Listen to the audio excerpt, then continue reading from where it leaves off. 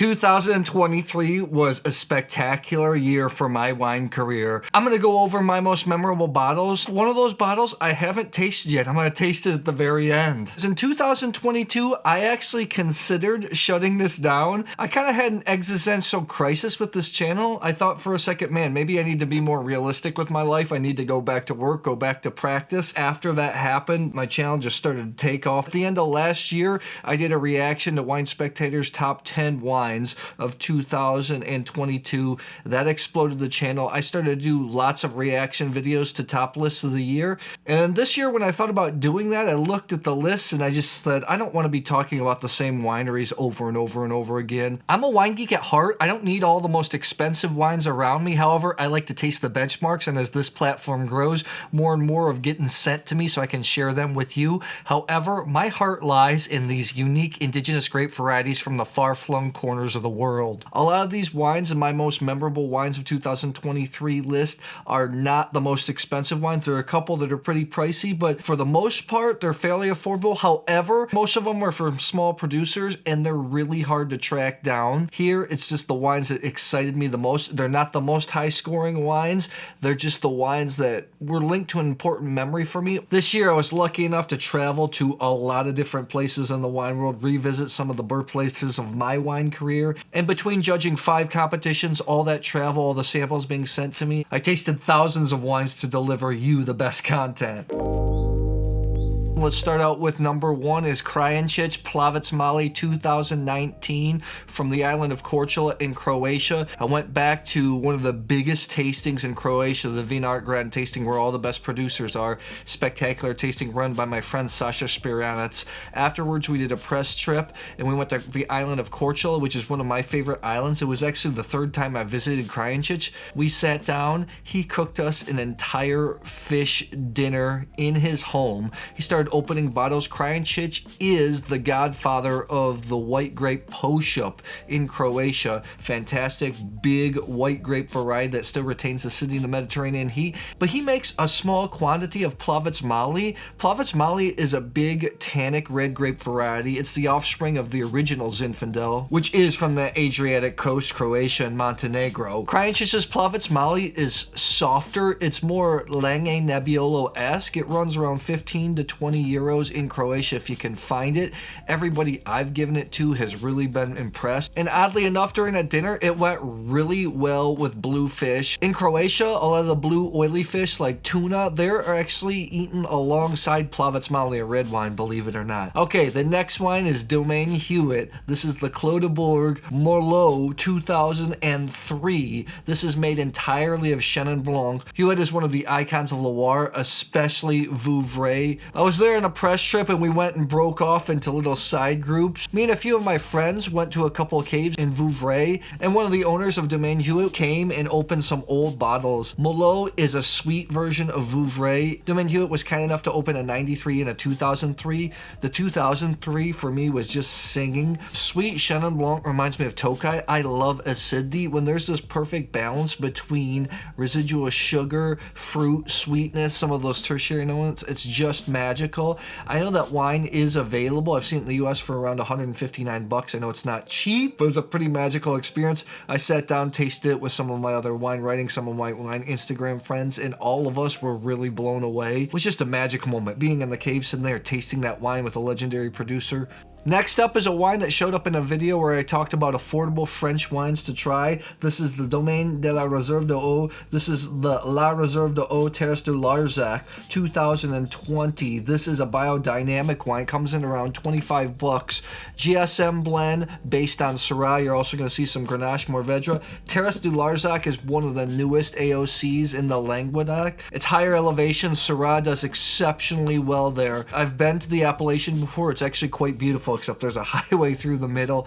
I was on a press trip in the Languedoc-Roussillon, and in the morning there were hundreds of wines to blind taste. And I remember the Terrases de Larzac flight was the strongest. Everybody there agreed, all the journalists, all the writers. There were 3 wines from this producer next to each other. All of them were exceptional. When I lifted up the sock, I thought, wow, this is so good. More of a stripped down style, but still clean, rich, red fruit flavors, just luscious mouth. I receive hundreds of samples per year. I don't drink everything, but I drank the whole full bottle of this because I thought it was exceptional. The next wine I actually don't have here with me, but I have another wine from the producer. It's Fongoli from Umbria in Italy. The wine is Laetitia. It's made 100% of Trebbiano Spoletino. I feel like they should just shorten the name to Spoletino because it's a lot different than normal Trebbianos. There's several Trebbianos in Italy. Two of the most famous, more natural producers of Sagrantino are Plow and Fongoli. I had just finished up a trip of the Anteprima Sagrantino.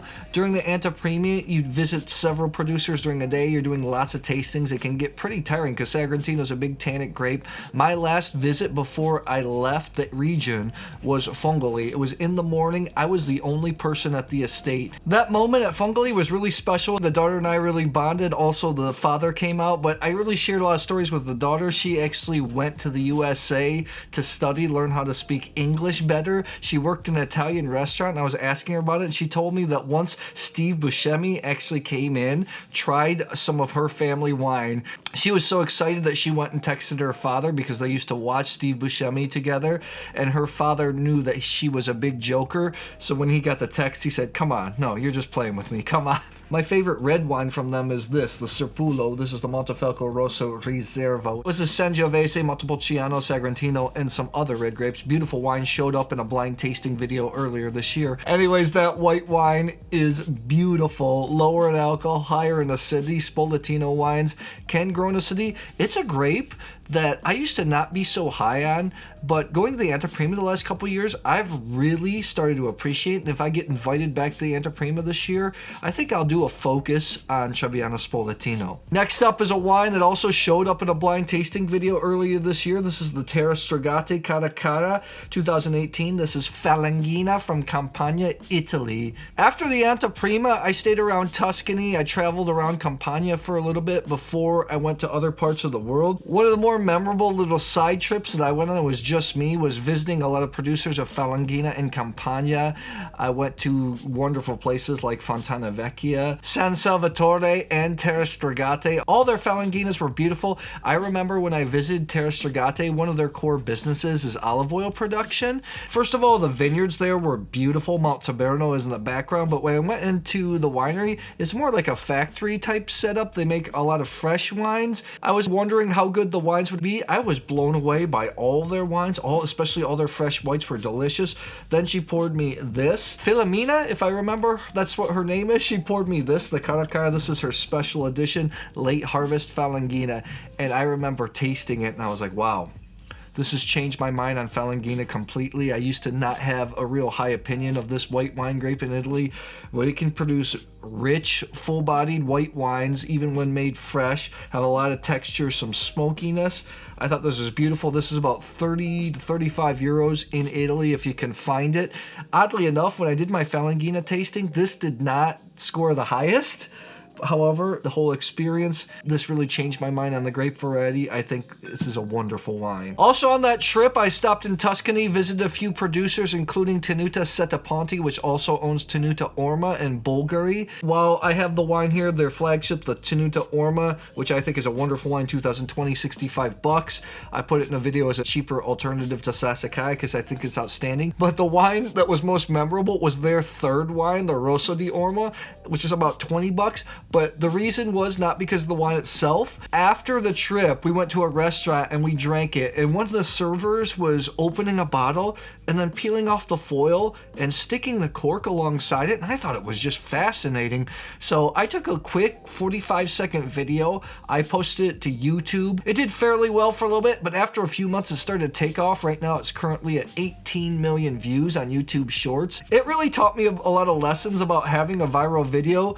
I no longer get offended by the comments. You look down and some of the comments are pretty ridiculous. I usually try to answer almost every comment. Some of them, there's no point in engaging and kind of welcoming some of that hate, some of those funny comments, because that means that your video is going out to a wider audience. So I thought that was a heck of an experience, and I gotta be thankful for the Rosso di Orma for that. After some time in Europe, I went to Boston to pour a few shows with my friends at Croatian Premium Wine, and I met a guy that I've known on the internet for a long time, Brad Brad Smith. He runs the hashtag Wine Lover community, does a great job with it. We were doing a Pinot Noir tasting. He blind tasted me on this one. I thought it was fantastic. So the next wine is the Lingua Franca, the Plow, 2019 from Oregon. This is a winery that was featured in the Psalm 3 movies, where all the wine professionals, including Jancis Robinson, some master sommeliers, they thought that this wine was actually Burgundy. It's very Burgundian. This is around 60 bucks in the US.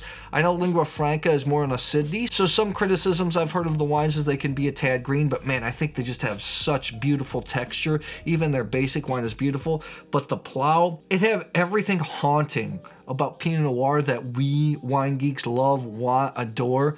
It was earthy, it was fruity, had more red raspberry, strawberry type flavors, a little bit peppery. Sometimes though, Pinot Noir, the acidity can be high, it just washes the palate completely clean. This did not. It was a perfect balance. It was rich, but not too full-bodied. I've tasted lots of Oregon Pinot Noir, but when it comes to that grape in America, my heart lied in Santa Barbara County. The Lingua Franca really changed my mind about what's possible in the Willamette Valley. It's a really memorable wine, and Brad, I have to thank you for sharing it with me. Next up is the best big full-bodied red wine I've tasted this year. This is the Catena Zapata Adrianna Vineyard River Vino da Parcella Malbec 2019. This comes in at 200 bucks. There's a reason that this wine is so special. Since I moved back to the US, I haven't been able to find a lot of hardcore wine geeks, wine drinkers, collectors to taste, drink with. And this year I actually found a tribe that's been meeting once a month for the last 30 years. And one of the members on the first day for an aperitif poured the Catena Zapata White Stones Chardonnay, which I thought was absolutely stunning. A lot of people thought it was white Burgundy. I posted that on my Instagram. The importer Winebow reached out and said, hey, you want to try some of the Catena Zapata single vineyard wines? So they sent these out. Earlier that month, I also had met the owner, Laura Catena, in Boston at a wine expo. I briefly said hi to her. This Malbec tastes like Grand Cru Bordeaux, like first growth Bordeaux. It is ridiculously high quality. I know it got 99 points in Robert Parker's The Wine Advocate. I think when I did this video, the video was entitled $200 Malbec versus $20 Malbec. I think I gave this 97 points. One of the highest scored red wines in my recent memory. I thought it was absolutely gorgeous. I know it's not cheap, but hey, it's worth checking out. Next up is the Cataldi Madonna Malandrino Montepulciano di Abruzzo. I went to the Prima of Montepulciano di Abruzzo in the summer of this year. It's not a grape that I've been a huge fan of in the past. I recommend it to a lot of people because it's big, rich, fruity, soft tannins. Some of the iconic producers include Valentini, Emidio Pepe. Cataldi Madonna has a pretty good reputation in its own right. I tasted it at a stand-up tasting, then in a master class of lighter Montepulcianos, more elegant ones. This was my favorite one. I thought it was delicious, and it's a wine that's like 28 bucks in the US. At the end of the Anteprima, the last visit before the trip closed, we actually went and visited Cataldi Madonna, went and see the vineyards. She took us up to the city where she has a little tasting room, cooked us this rustic, traditional Italian lunch, served us some of our real high-end wines, some of the single vineyard whites and reds, which I think are absolutely stunning. But that Malandrino it stuck with me because it's an affordable wine. It's delicious. Everybody can find it. I think it's worth checking out. I told you earlier that I met that collector group that meets once a month, and because I travel so often, I was only able to meet them 3 times this year. And the second time was a Chardonnay, mostly white Burgundy tasting, and that's the next wine in the lineup. That's the La Flave Puigny Montrachet Le Combat 2013. This is the wine that stood out amongst all the Chardonnays in the blind tasting. First of all, this is not a cheap wine. I think it's coming at $500-600 bucks. So Charlie, you were very generous for sharing it if you're watching. I always used to think that white Burgundy was the most overrated fine wine in the world. I thought that there's been a lot of great Chardonnays around the world, and I've been fooled in blind tastings, but a lot of times that's been with younger wines. When we did this blind tasting of Chardonnays, all the white Burgundy stood out except one Napa wine. All of them were aged, and not all of them were great, but some of them were exceptional, and then I started to thinking, And that's why white Burgundy is white Burgundy. It was a reminder. You have it with age. Unfortunately, I'm not doing tons of Burgundy tastings because I'm not super loaded with the price of Burgundy. That was a real special moment. Next up, El Verde Monastery Marani since 1011, Rkatsiteli 2015 from Georgia. This is an orange wine. I actually did a sponsored video in Georgia where I went through the country, visited some wineries, had a great experience. I posted it. I thought it was one of the best videos I thought that I ever done. It took a lot of work. During that video, we visited the El Verde Monastery. It was the third time I've been there, but I hadn't really had a tasting with the monks like I did in this tasting. Funny, when my wine career actually started in Georgia, the first time I visited, because I didn't have a name for myself, they said I couldn't even taste these wines because you had to buy a bunch of food to be able to purchase these wines because they're so rare. This go around, we sat down with the Bishop David and some of the monks, tasted through the entire range. I was really impressed with this Rkatsiteli. I've seen the USA for like 26 bucks, although it's going to be extremely hard to find because it's brought in limited quantities. It's an orange wine, chewy, has tannins. Rkatsiteli is one of the most popular wine grapes in Georgia. In the past, when Georgia was part of Soviet control, it was favored for high yields. The most memorable thing is I was impressed with that wine, and it was lunchtime with the monks, with Archbishop, we were drinking. It was not spitting, and at the end, he even wanted me to do cha-cha shots with him. Georgian grappa. I did a few shots with him. I was like, oh my God, I'm getting blasted in the morning. Going back to Georgia was an unreal experience. I had a moment once when I was up in the mountains of Tusheti with the governor of Khacheti, and tears just started coming to my face. I thought, man, a year ago I was thinking about giving up, and look at now. I'm here in Georgia, this beautiful country, getting paid to do a video. I was in Georgia for 10 days, and after that, I flew to the Pfalz in Germany for just a few days. There I judged half of the Mundus Vini 2023 competition. Since I was only there half the time, I was put in a panel of people that were also only there for half the time.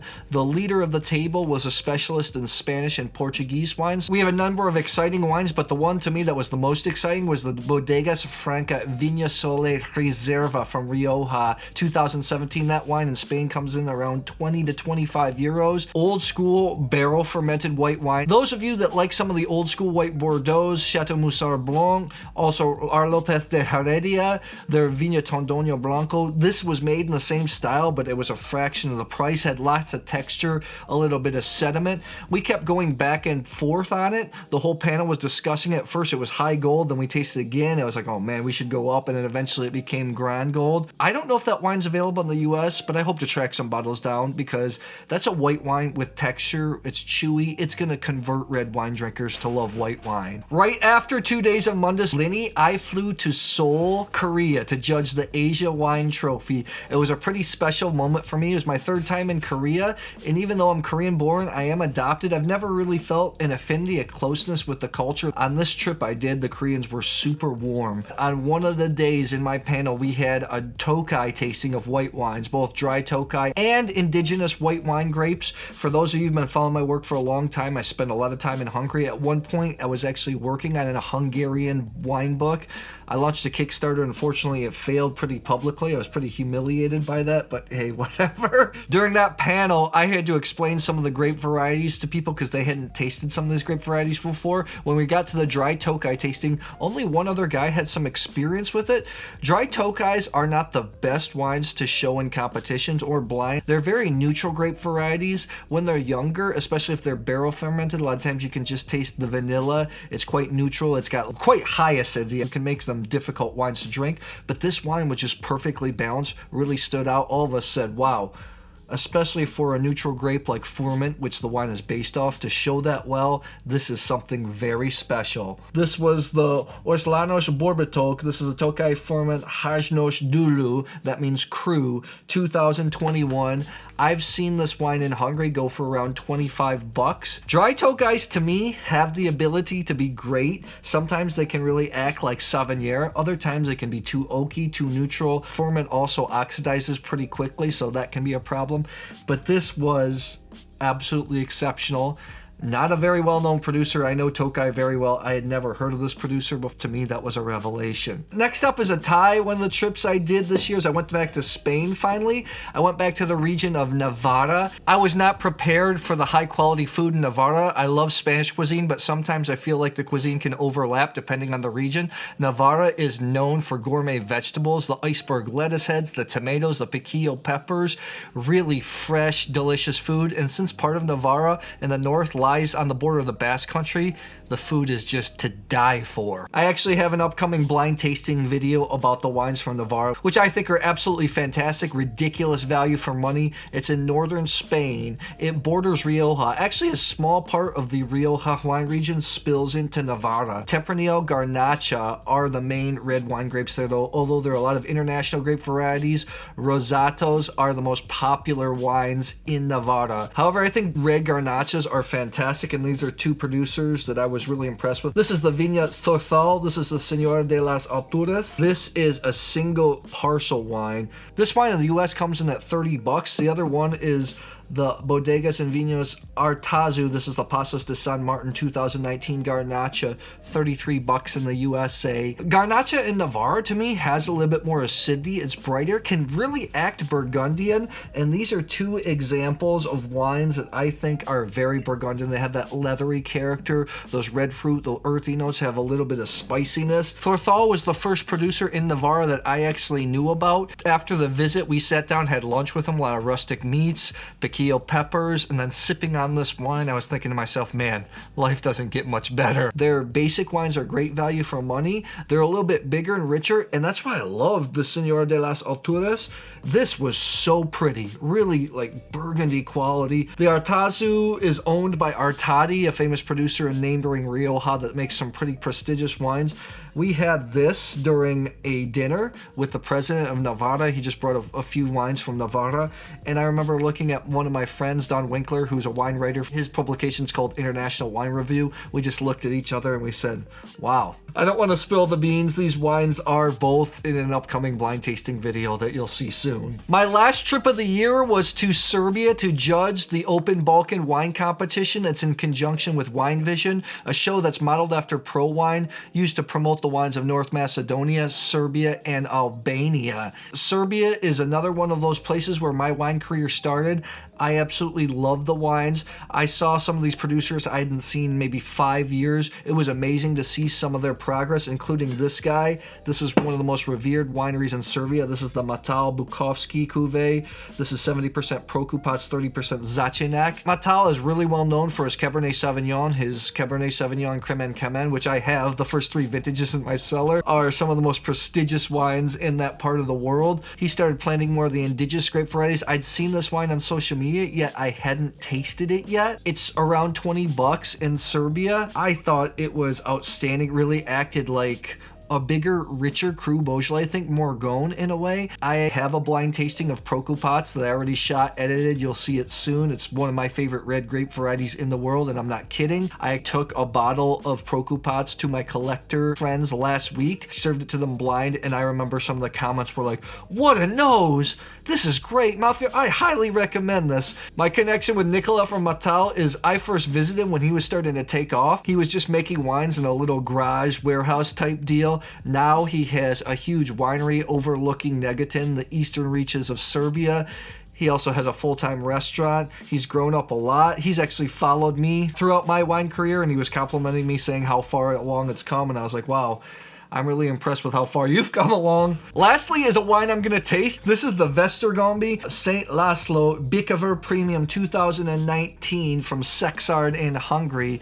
When I was at the Open Balkan Wine Vision, one of my friends that owns a pretty influential wine magazine in Hungary called Peci Boroso, if I pronounced that right, I was talking to him about how much I miss Bikavers from Sexard. He said, I have something for you. And on the last day, when he was leaving, he got out of the car, he handed it to me. Sexardi Bikaver is one of my favorite styles of wine in the world. I'm not kidding. The most famous region in Hungary for red wine is Vilan in the south, known for Bordeaux blends, big Cabernet Francs. I really love Eger and Sexard. Sexard more especially, where they make Bikavers, which mean bull's blood. It's an old legend that when the Ottomans were coming and invading that part of the world, locals, they got drunk on a bunch of local blends. They came down, they were bloodshot eyes, and they scared the Ottomans away. The Ottomans said, oh, those local villagers, I don't know, they're savages. They were drinking bull's blood.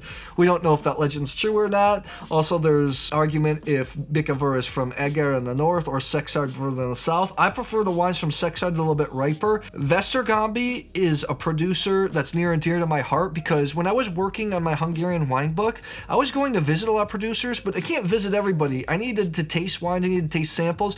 Hungarian producers can be a little bit difficult to work with. There's the language barrier. They're also a little bit skeptical.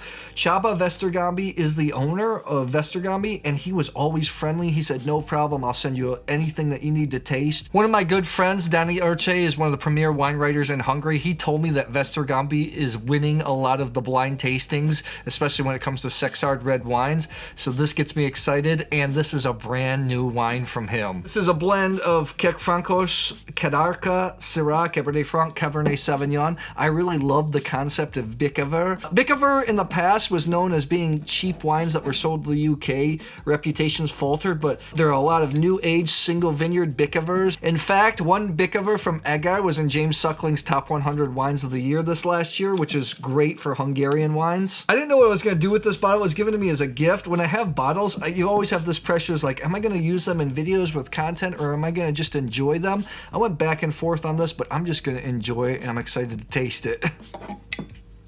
I know 2019 was a stellar vintage in that part of the world, a lot of Europe, so I'm pretty excited about this. This wine runs at $16 US in Hungary. I was so fascinated with Hungary, and I wanted to work on a book because I thought they're real magical wines. It's a country with a lot of history when it comes to winemaking, but for some reason, it's just not highly as regarded. Bicavur sometimes can really remind me of Chianti Classico, mixed kind of with Burgundy. I have a lot of earthy and red fruit notes, which this does. This actually super smells like Chianti Classico. Really, on the nose, I get tons of sour cherry, red fruit, red raspberry, earth. This is gorgeous. Just a touch of mocha. Oh man, this is really pretty. A little bit of perfume. Tons of strawberry on the palate along with earth. It doesn't have that super zingy, crunchy acidity that you get in Chianti Classico, but you get a lot of texture. This is rich.